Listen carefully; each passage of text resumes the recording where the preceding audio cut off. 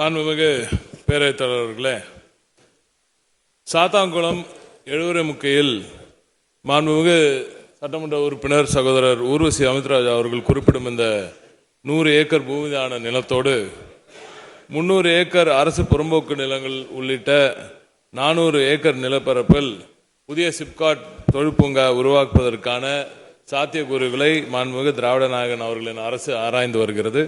தொழில்நுட்ப சாத்தியக்கூறுகள் இருப்பின் அங்கே நிச்சயமாக ஒரு சிப்காட் அமைப்பதற்கான முயற்சிகளை அரசு எடுக்கும்.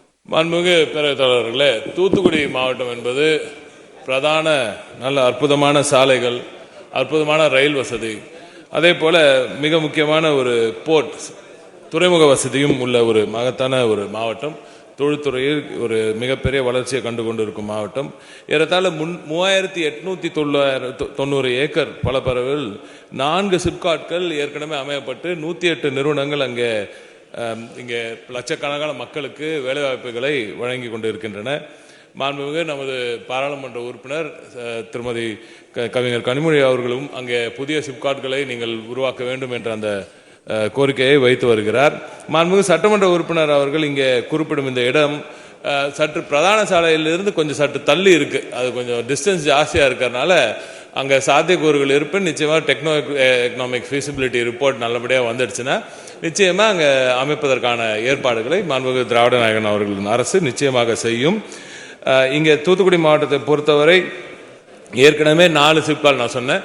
இன்னொரு 3 சிப்காட்கள் நில எடுப்பு நிலையில் உள்ளன. ஏறத்தாழ 5000 ஏக்கர். அதை தாண்டி உத்தேசமாக புதிய திட்டங்கள் ஒரு 4 திட்டங்கள் இருக்கின்றன. எனவே ஏறத்தாழ 10 இது எல்லாமே நிறைவடைஞ்சிட்டா தூத்துக்குடி மாவட்டத்துக்கு மட்டுமே 10 சிப்காட்களை உருவாக்கும் அந்த பெருமை இந்த திராவிட நாயகன் அவர்களின் ஆட்சிக்கு சேரும். ஏறத்தாழ 7 சிப்காட்டுகள் இந்த ஆட்சியில் மட்டுமே உருவாவதற்கான சாத்தியக்கூறுகள் இருக்கின்றன. மாண்புமிகு பேரவைத் தலைவர்கள், சிட்கோ சம்பந்தப்பட்ட கேள்வி இருந்தாலும் பதில் சொல்கிறேன். மாண்புமிகு திராவிட நாயகன் அவர்கள் எங்கு சென்றாலும் உலகத்தின் எந்த பகுதிக்கு அவர்கள் தொழில் வளர்ச்சிக்கான தொழில் முதலீடுகளை ஈர்ப்ப அவர் செல்லும் பொழுதெல்லாம் பெரிய நிறுவனங்கள் மட்டுமல்லாமல் விவசாய பெருங்குடி மக்களின் விளைபொருட்களுக்கு மதிப்பு கூட்டுதல் செய்து அதன் மூலம் பெரிய ஒரு வளர்ச்சியை விவசாய பெருங்குடி மக்களுக்கும் வழங்கும் அந்த வேளையில் மாண்புமிகு திராவிட நாயகன் அவர்கள் இறங்கி இருக்கிறார். இந்த நீங்க சொன்ன மாதிரி இந்த பனானா ப்ராசஸிங்க்கு நிறைய நிறுவனங்கள் கேட்டிருக்கேன். ஏற்கனவே தேனியில் ஒரு சின்ன ப்ராசஸிங் யூனிட் போறதுக்கான பேச்சுவார்த்தை நடந்து கொண்டு இருக்கிறது.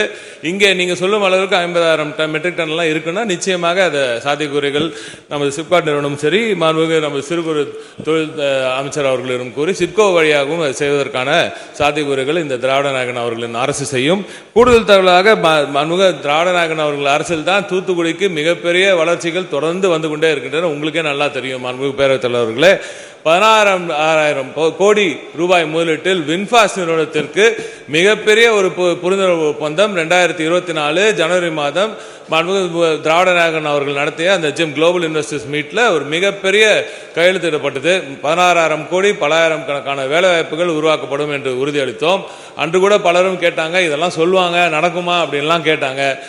ஜனவரி மாதம் புரிந்துணர்வு ஒப்பந்தம், பிப்ரவரி மாதம் அடிக்கல் நாட்டு விழா, இன்னும் ஒரே ஆண்டில் அங்கு இந்த ஆண்டுக்குள்ளாகவே அங்கே அந்த தொழிற்பேட்டை அது அமைக்கப்பட்டு தொழிற்சாலை அமைக்கப்பட்டு எல்லோருக்கும் வேலை வாய்ப்பு வழங்கப்படும். இதுதான் நமது திராவிட நாயகன் அவர்களின் வேகம், அந்த ஸ்பீட், அந்த உழைப்புக்கு அந்த துரிதமான உழைப்புக்கு இதுவே ஒரு சான்று என்று தங்கள் வாயிலாக நமது உறுப்பினருக்கு தெரிவித்து அறிவிக்கிறேன்.